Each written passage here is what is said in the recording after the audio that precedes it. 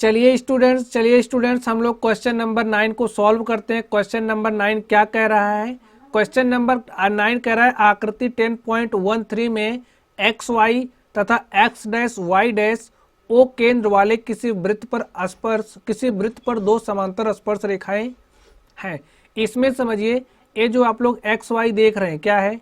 ए x Y और ये दूसरी रेखा एक्स डैश वाई डैश क्या है? एक स्पर्श रेखाएं हैं जो एक दूसरे के समांतर हैं। और स्पर्श बिंदु सी पर स्पर्श रेखा ए बी, स्पर्श बिंदु सी पर स्पर्श रेखा ए बी, ये जो स्पर्श बिंदु सी है, स्पर्श बिंदु सी पर एक ए बी स्पर्श रेखा है, ए बी स्पर्श रेखा है तथा एक्स वाई को ए तथा एक्स डैश वाई डैश को बी पर प्रतिच्छेद करती है। तो यहाँ बी पर प्रतिच्छेद कर रही है। हमें क्या दिखाना है? सिद्ध कीजिए कि कोण A O B is equal to 90 degree. हमें जो कोण ए ओ बी है, ए ओ बी दिखाना है कितना है? 90 डिग्री। यानी कि ए ओ बी दिखाना है 90 डिग्री। यानी कि ये जो कोण है, इस कोण को हमें दिखाना है 90 डिग्री है। तो चलिए हम लोग इसको सॉल्व करते हैं। तो जो दिया है हमने लिख दिया। हमें सिद्ध करना है कोण A O B is equal to 90 degree. चलिए इसका प्रमाण हम लोग देख लेते हैं। यहाँ पर समझिए, यहाँ से समझिए। चलिए हम लोग सबसे पहले यहाँ से देखते हैं। देखिए ए क्या है? ए वृत्त की त्रिज्या है, ए वृत्त की त्रिज्या है और ए वृत्त की स्पर्श रेखा है। तो जो वृत्त की त्रिज्या होती है स्पर्श रेखा पर लंब होती है तो 90 डिग्री का हो जाएगा। और यहाँ से देखिए, यहाँ से हम लोग इस पर एक परपेंडिकुलर ड्रॉ करते हैं। ये भी वृत्त की त्रिज्या है, ये भी 90 डिग्री का कोण बनाएगी इस तरीके से। यहाँ भी 90 डिग्री का कोण बनेगा। ये चीज़ आप लोग समझ गए होंगे, समझ जाइए। देखिए जैसे अगर वृत्त की त्रिज्या ए है तो वृत्त की त्रिज्या क्या होती है? स्पर्श बिंदु पर लंब होती है। यहाँ पर ये परपेंडिकुलर होगी। चलिए अब आप लोग देखिए कि इसमें त्रिभुज ए पी ओ में, त्रिभुज ए पी ओ एंड त्रिभुज ए पी ओ एंड ए सी ओ में, ए सी ओ में क्या होगा? देखिए ये जो AP है, AP बराबर है किसके? AC के। AP बराबर किसके हो रहा है? AC के। तो लिख दीजिए AP बराबर है AC के। क्यों बराबर है? आप लोग समझिए क्यों बराबर है। समझिए जैसे कि कोई वृत्त है और वृत्त की स्पर्श रेखाएं अगर बाह्यता आपस में एक दूसरे को किसी बिंदु P पर काट रही हैं तो जो इनकी लंबाई होती है यानी कि जो AP होगा बराबर किसके होगा? BP के।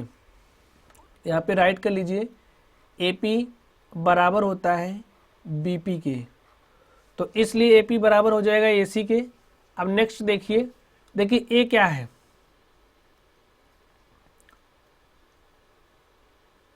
ए OP क्या है? OP वृत्त की त्रिज्या है। और यहाँ पर OC क्या है? OC भी वृत्त की त्रिज्या है।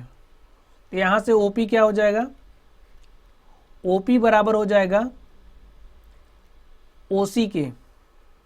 नेक्स्ट देखिए, यहाँ पर ये जो OI है, OA है क्या? ये जो OA है एक कॉमन लाइन है तो OA बराबर होगा OA के। तो यहाँ से आप लोग क्या देख रहे हैं?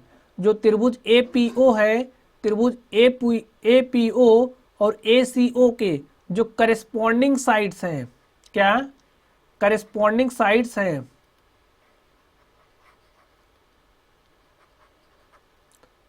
साइड्स क्या हैं, इक्वल हैं।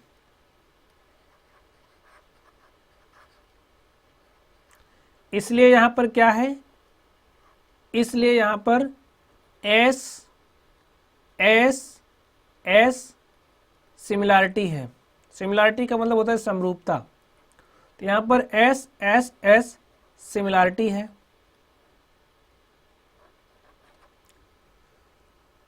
तो चलिए हम लोग इसको कोई नाम दे देते हैं।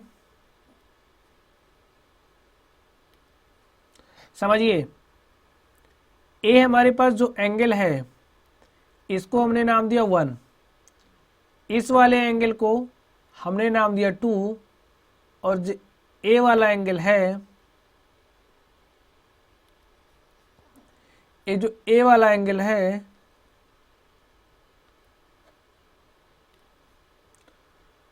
इस वाले एंगल को हमने नाम दिया 3, और यहां पर आप लोग जो ए एंगल देख रहे हैं इसको हमने नाम दिया 4।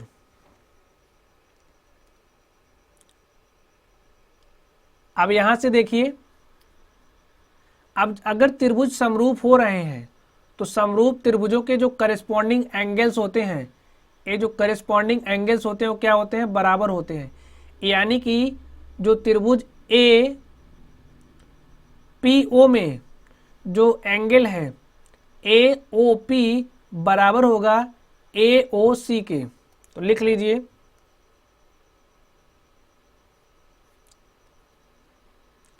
लिखिए जो एंगल,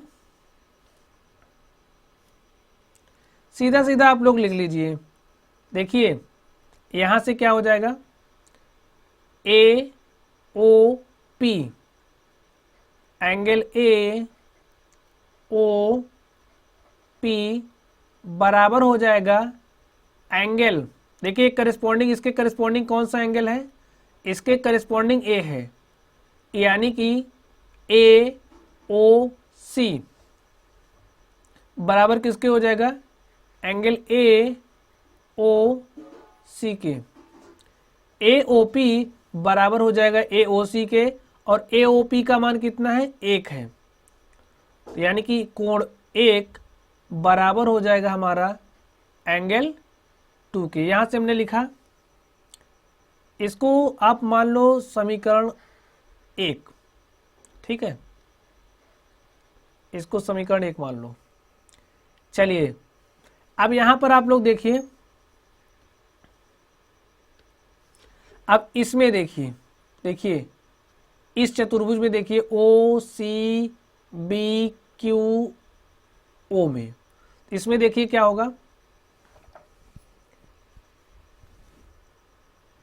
इसको आप लोग समझ गए होंगे, इसको मैं थोड़ी देर के लिए इरेज कर दे रहा हूं ताकि चीजें हमारी अच्छे से समझ में आए। आप लोग समझ गए होंगे।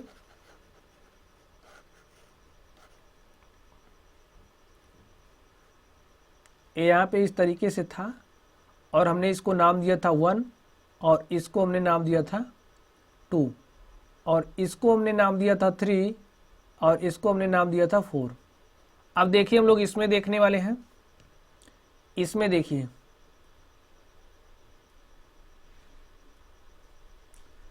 त्रिभुज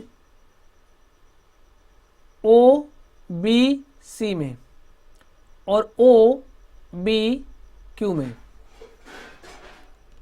तो राइट कर लीजिए।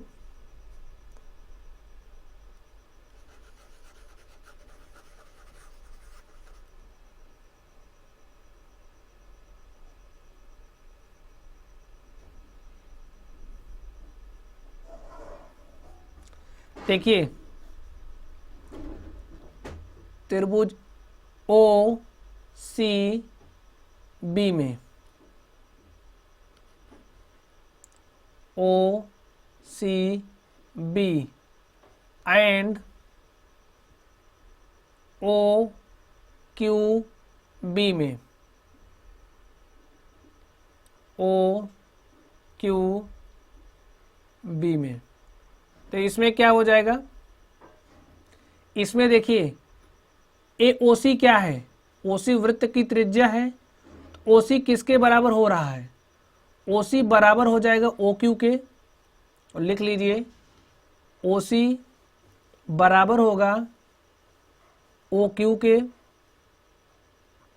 अब फिर देखिए ये जो क्यू बी है, क्यू बी बराबर होगा बी सी के। तो राइट कर लीजिए, क्यू बी बराबर हो जाएगा बी सी के। क्यों बराबर होगा? अभी हमने आपको बताया जब इस तरह का केस होगा तो क्या होगा, बराबर होते हैं। तो A P is equal to हो जाएगा ए बी के।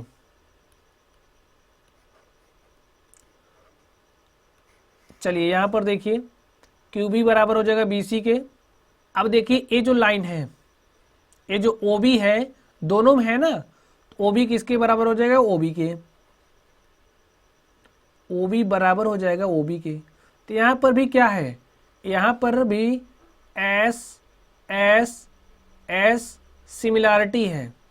क्या है, एस एस एस सिमिलैरिटी, यानी कि त्रिभुज ओ सी बी सिमिलर है किसके, ओ सी ओ क्यू बी के।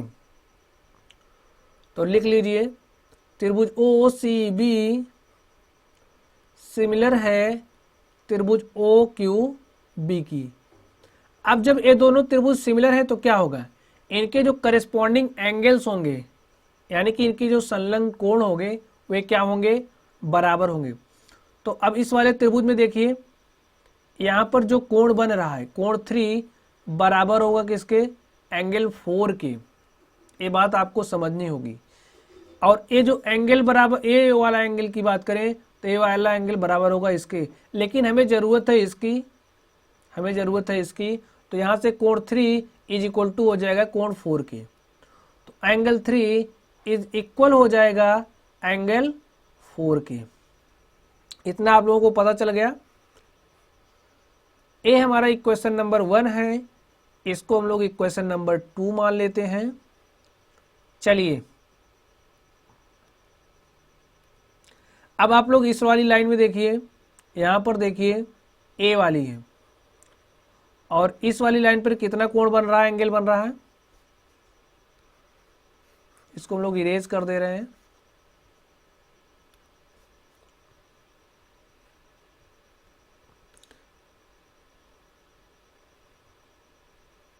इस तरीके से था। और ये जो लाइन पी क्यू है, इस पी क्यू पर कितना कोण बन रहा है,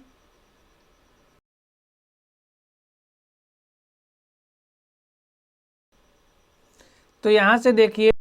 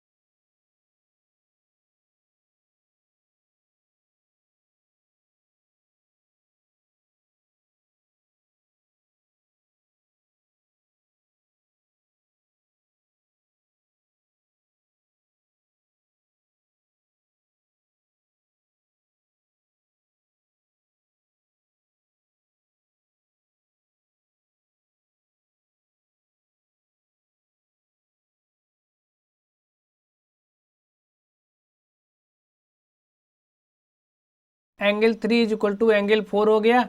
अब यहाँ पर देखिए ये जो पी क्यू पर कितने डिग्री का कोण बन रहा है, पी क्यू पर कितना कोण बन रहा है, देखिए जो पी क्यू है, पी क्यू पर कौन कौन सा कोण बन रहा है, angle 1 plus angle 2 plus angle 3 plus angle 4, यही तो बन रहा है। अब पी क्यू कितना डिग्री का, एक जो स्ट्रेट लाइन होती है, आप लोग देखिए जो स्ट्रेट लाइन इस तरीके से होती है, इस पर कितने डिग्री का कोण बनता है, 180 डिग्री का कोण बनता है। तो यहाँ से पी क्यू इक्वल टू क्या हो जाएगा, 180 डिग्री के, यानी कि angle 1 plus angle 2 plus angle 3 plus angle 4 is equal to 180 degree. अब यहाँ से आप लोग ध्यान से देखिए, हमको लेकर के आना क्या है, हमें लेकर के आना है कोण A O B is equal to 90 degree. तो आप लोग चित्र को ध्यान से देखिए। अब ए ओ बी के बराबर क्या है, ए ओ बी के बराबर है कोण 2 प्लस कोण 3, यानी कि